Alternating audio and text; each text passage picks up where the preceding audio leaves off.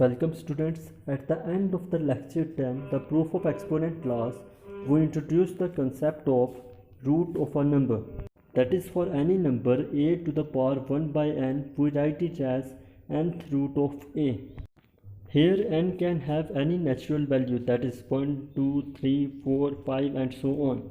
And correspondingly the roots are called as first root, second root, third root, fourth root, fifth root and so on. For n having value 1, we have a to the power 1 by 1, that is equal to a to the power 1 equals to a. That is, first root of any number is equal to that number itself.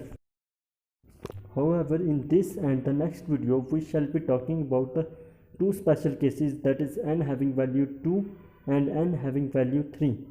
The case where n has a value 2, we call it as the square root, and when n has a value 3, we call it as cube root.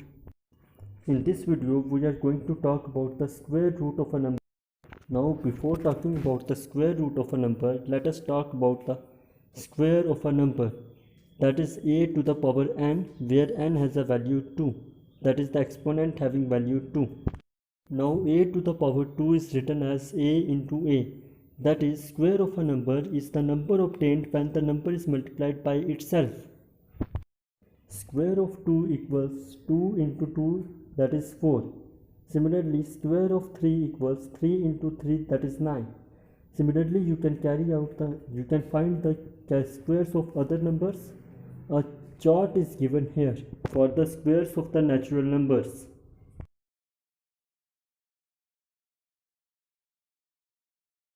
We can have the squares for non-natural numbers also. For example, the square of 1.2 is 1.2 multiplied by 1.2, that is 1.44.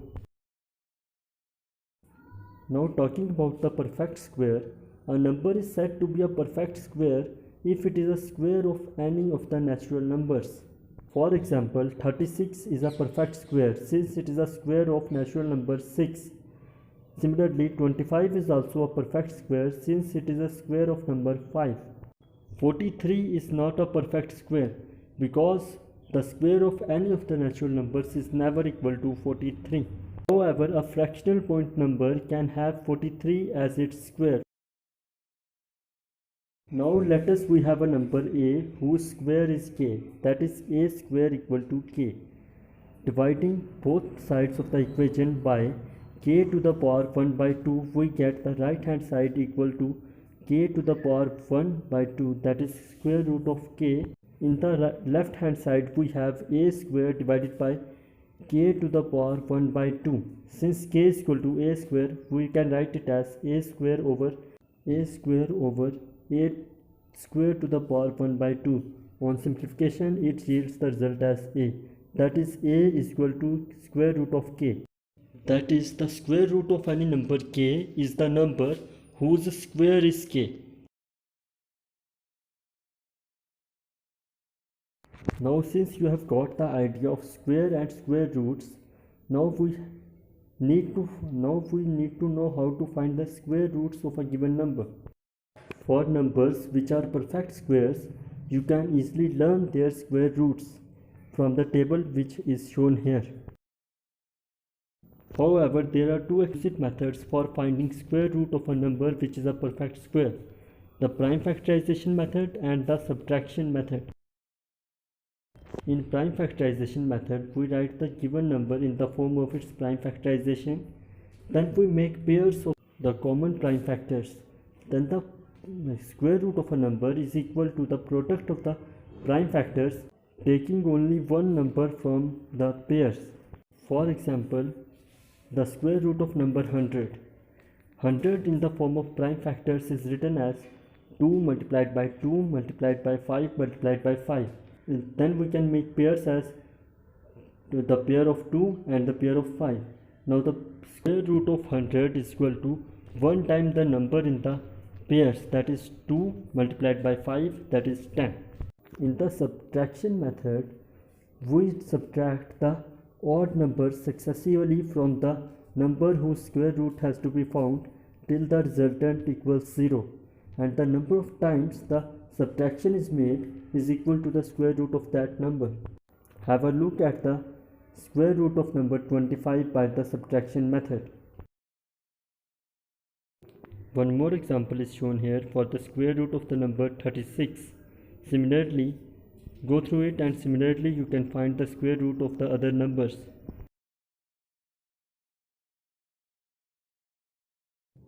For finding the square root of any number, whether it is perfect square or in the decimal format, we have two other methods, the average method and the division method. The average method is an approximate method for the square root of a number. Let we have a number b whose square root has to be found. Then we take two numbers a and c on either side of b and b such that a and c are perfect squares. It can be easily seen that square root of b is between the square root of a and square root of c. Let the square root of a is d and square root of c is e. Then to find the square root of b, we divide b by any of the numbers d or e. Then we take the average of the result obtained in step 1 and the divisor in step 1. The number obtained is the approximate root of b. To get more accurate result, we take the average of the result obtained in the previous step and the divisor in the first step. Here is an example.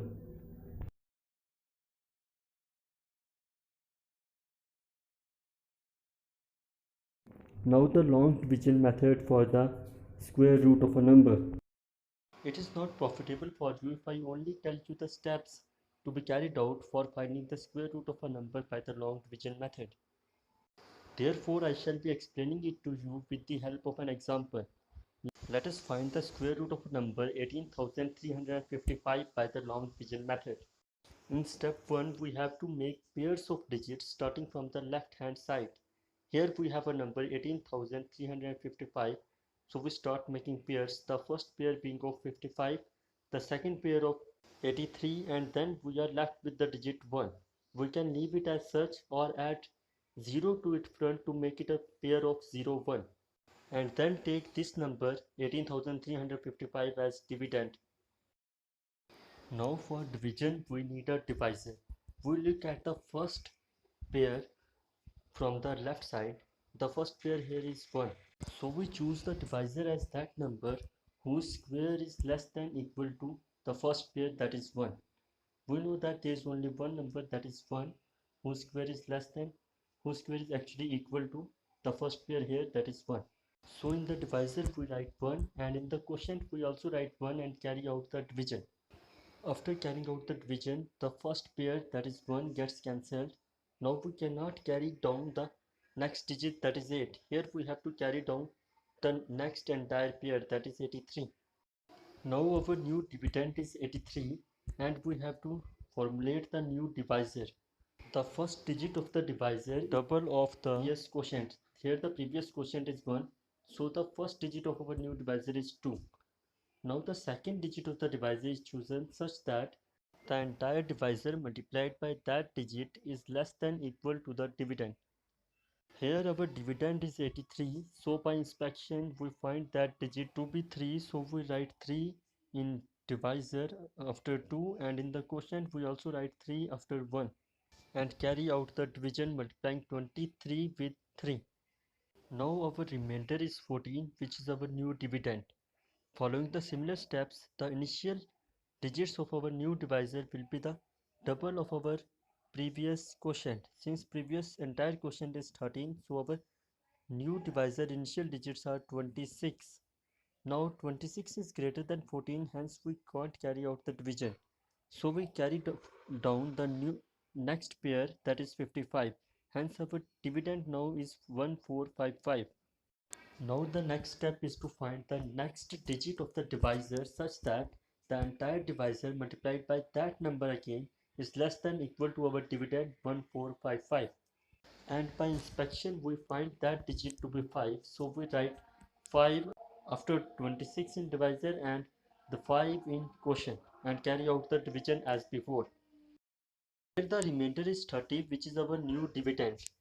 Now since there are no digits left in the original number to be carried down, so we can carry down a pair of zeros after putting a decimal point in the quotient. So we put a decimal point after 135 in quotient and carry down a pair of zeros. So our new dividend is 13,000. So we can carry out the calculation as done before, taking the new divisor initial digits to be double of the previous quotient. Since previous quotient was 135, we neglect the decimal point here, and the calculation is shown here. Please go through it. Now the square root of the given number is equal to the quotient. Here the quotient is 135.4, which is the square root of 18355. If you want square root to be more precise, you can carry out the calculations more further using the same methods. Hence the main steps in the long division method are as follows.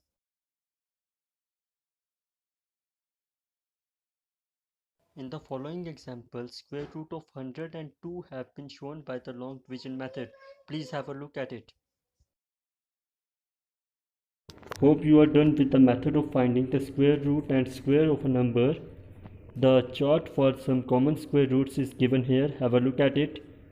If you have any problems or questions, you can ask me in the comment section.